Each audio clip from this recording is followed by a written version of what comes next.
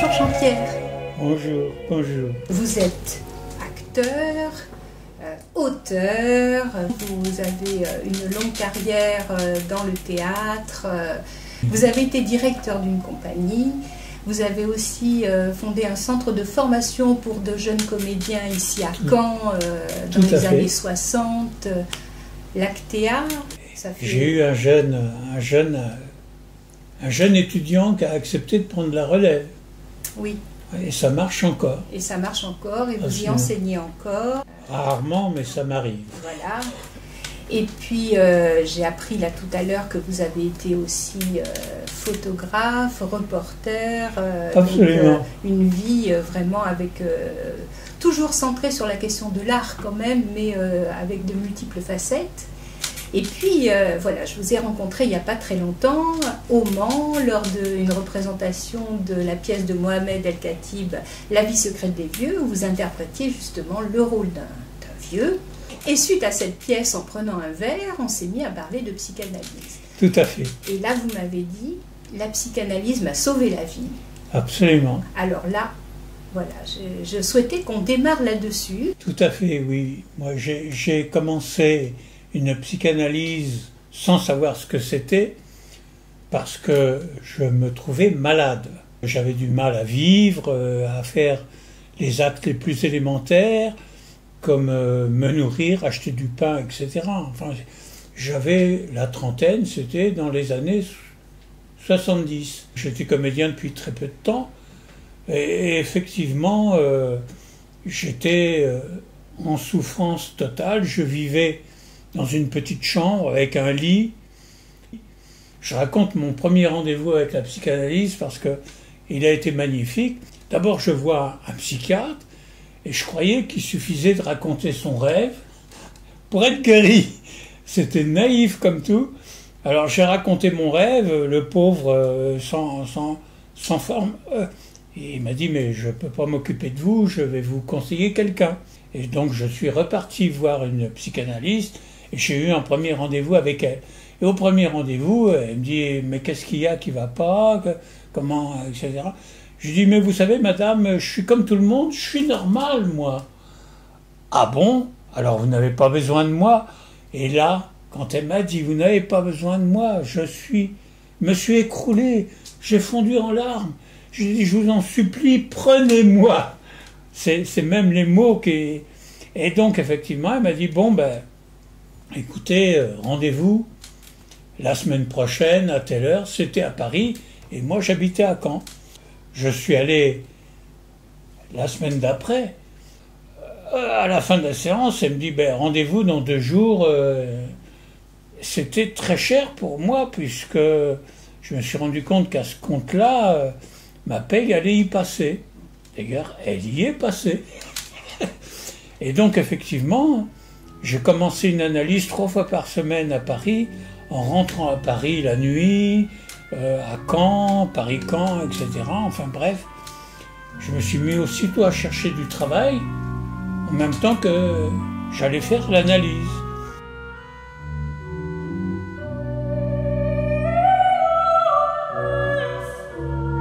Je racontais mes rêves, j'y comprenais rien. Alors évidemment, j'ai triché en ce sens que j'ai acheté des livres sur Freud. J'ai compris un petit peu. Et puis j'ai surtout compris que ça servait à rien de comprendre, qu'il fallait que je m'abandonne. Alors je me suis abandonné. Et là, les rêves m'ont vraiment étonné. Pas les rêves, l'interprétation des rêves. Les rêves, c'est fabuleux, c'est-à-dire c'est complètement étrange, et puis d'un seul coup, en les racontant, en les articulant avec la vie qu'on a et les problèmes qu'on croit avoir, voilà.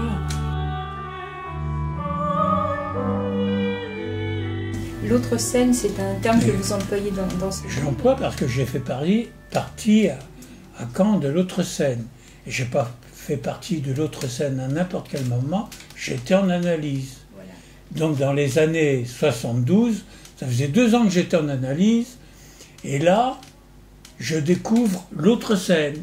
C'est une revue faite par un étudiant qui faisait un théâtre étudiant, et il montait Racine d'ailleurs. Effectivement, l'autre scène travaillait sur le théâtre antique, et le théâtre antique qu'on a étudié pendant un mois, on a compris qu'on n'y comprenait rien, parce que le concept de mort dans le théâtre antique n'a rien à voir avec la mort telle que nous, on la connaît et pratique. Donc par conséquent, tout était énigmatique dans le théâtre antique, et quand même, Rivière, le metteur en scène, a voulu monter Oedipus. Et c'est comme ça qu'on s'est retrouvé au Théâtre des Nations, s'il vous plaît, chez Jean-Louis Barrault, et qu'au Théâtre des Nations, il y avait plein d'étudiants qui étaient là, qu'on s'est fait siffler parce qu'ils n'y comprenaient rien. Pas Jean-Louis Barrault. Moi, j'étais quasiment Oedipus. J'étais en analyse, et c'est moi qui jouais Oedipus. Et se faire siffler, huer et tout, je suis sorti de scène, et j'ai fondu en larmes. Et qui m'a consolé, qui m'a pris dans ses bras? Monsieur Jean-Louis Barrault. Alors, là encore, un grand malheur et un grand bonheur, quoi.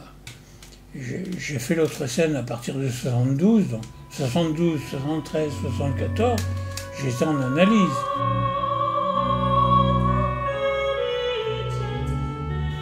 Et donc petit à petit, les choses s'installent. Ça a duré quand même 5 ans. Alors je dois dire que la dernière année, j'avais commencé à m'intéresser à la mise en scène.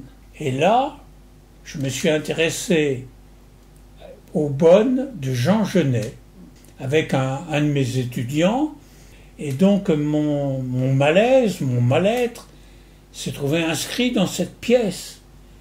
Et pendant 1 an, j'ai embêté ma psy avec ma mise en scène, c'est-à-dire... Vous en parliez de votre mise en scène. Je ne parlais que de ça. C'était extraordinaire. Au départ, on ne savait pas trop pourquoi on voulait monter ça. Et à l'arrivée, ça a été au contraire parfaitement réussi. On a joué à titre privé. Le grand critique à Caen de théâtre, il est venu et il a trouvé ça fabuleux. Et le lendemain, il y avait la moitié d'une page du journal sur les bonnes. Alors je suis tombé des nues. Et c'est dans cette période-là que le docteur Andro me dit, si vous voulez, on peut en rester là pour le moment. Oh!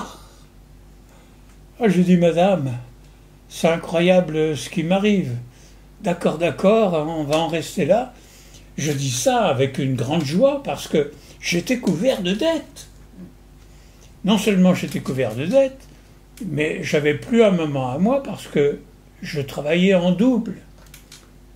D'ailleurs, je n'ai pas fait n'importe quoi comme travail supplémentaire pour payer mon analyse. J'ai fondé une école d'éducateurs, dont le directeur est devenu psychanalyste, le docteur Montaclair. Et donc, effectivement, je suis devenu permanent du centre dramatique, fondateur d'une école d'éducateurs et directeur de ma propre compagnie.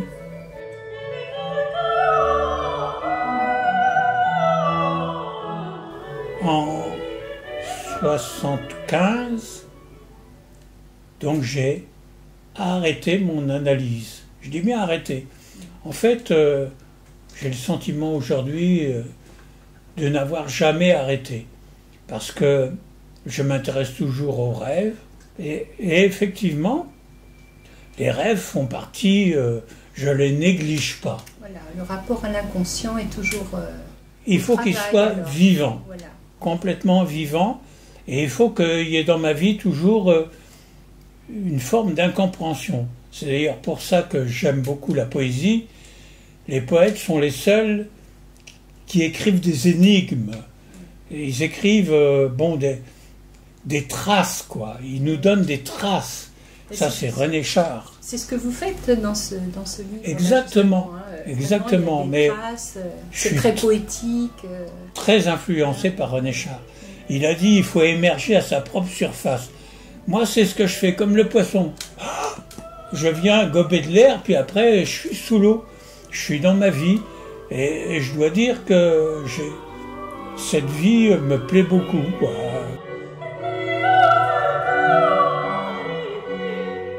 Dire que mon inconscient, pour tout vous dire, était inconscient à ce moment-là. Il s'est éclairé sur certaines choses, mais aujourd'hui, j'ai toujours un énorme inconscient. Simplement, je ne dramatise pas mon impuissance. Elle est banale, elle est normale, quoi. C'est comme ça, le moindre jupon m'affole. Folie. C'est-à-dire, je suis fou des femmes. Et je suis fou des femmes parce que, effectivement, j'étais fou de ma maman. Alors, on a une histoire de famille qui est liée à un mot. Le mot est important, c'est Charpenel. Charpenel, c'était le nom de famille de mon grand-père maternel. Charpenel, ça veut dire charme. Voilà, vous avez débrouillé un peu tout ça, désembrouillé tout ça. Absolument, absolument. Et aujourd'hui, je comprends ça.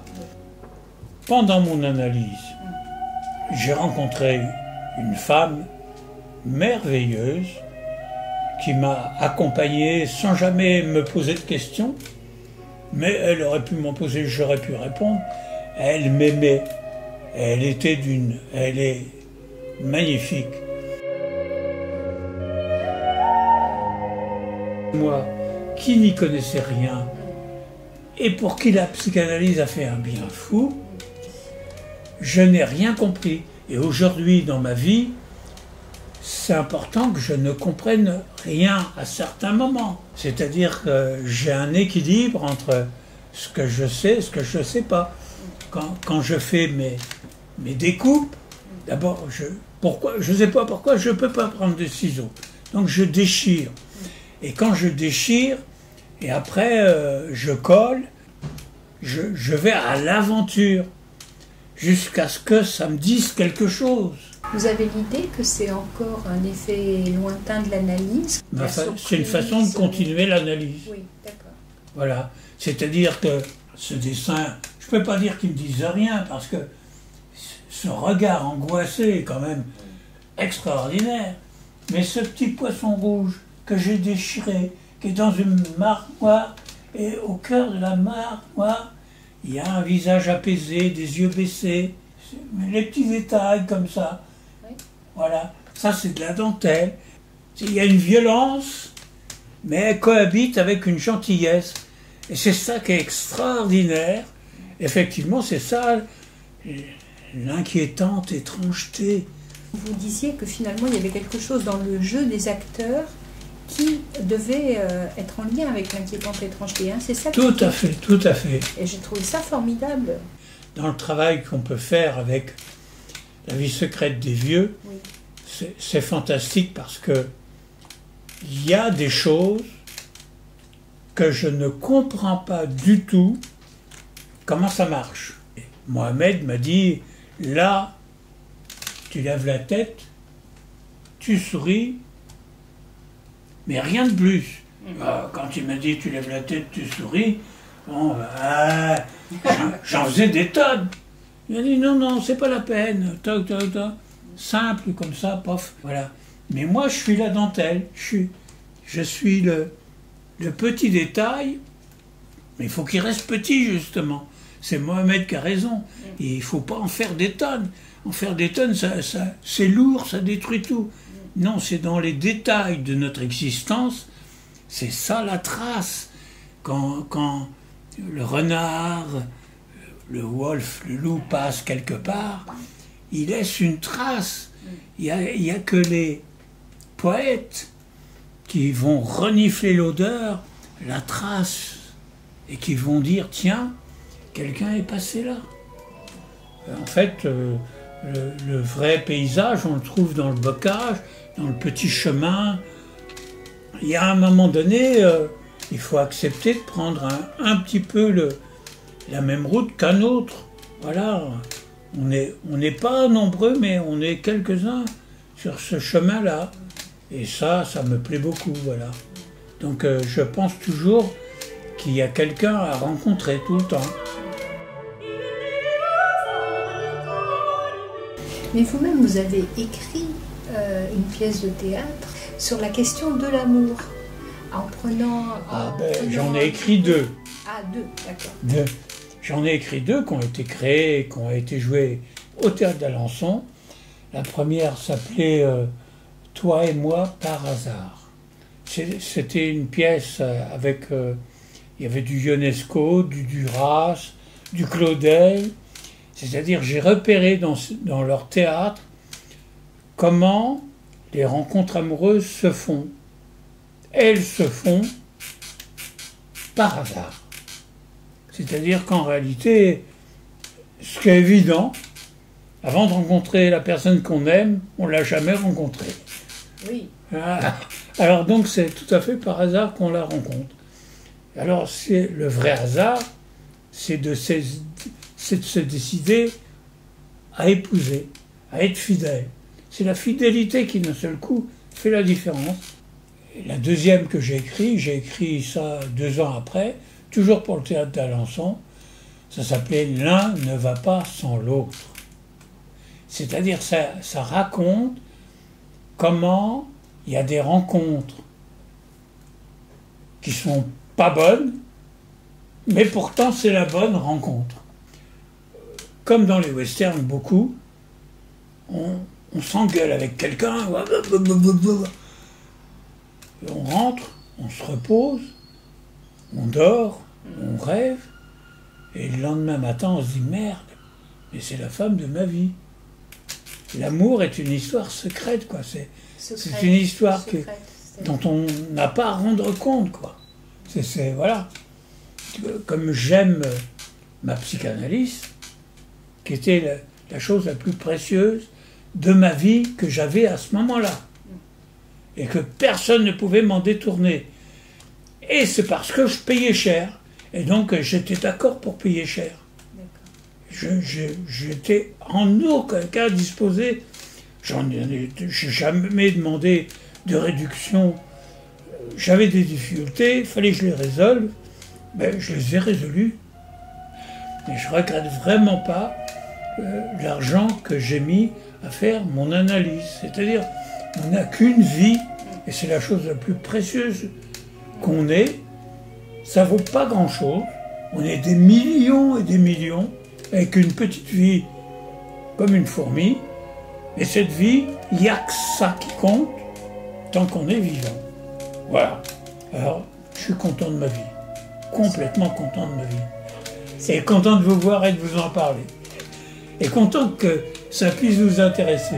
Ça m'intéresse beaucoup, merci beaucoup. Ça fait une superbe conclusion.